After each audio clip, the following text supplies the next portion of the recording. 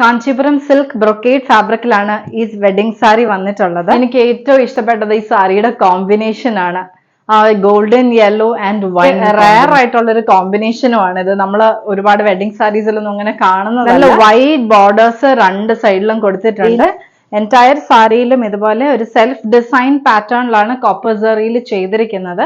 വളരെ ബ്യൂട്ടിഫുൾ ആയിട്ടുള്ള ചെറിയ ഡിസൈൻസ് ആണ് കൊടുത്തിരിക്കുന്നത്. ഹൽദി സെറമണിക്ക് ഈ സാരി വെയർ ചെയ്യാൻ നല്ലൊരു ഓപ്ഷൻ ആയിരിക്കും. ഈ ആ ഒരു ഷെയ്ഡ് വരുന്നുണ്ട് ഗോൾഡൻ യെല്ലോയുടെ.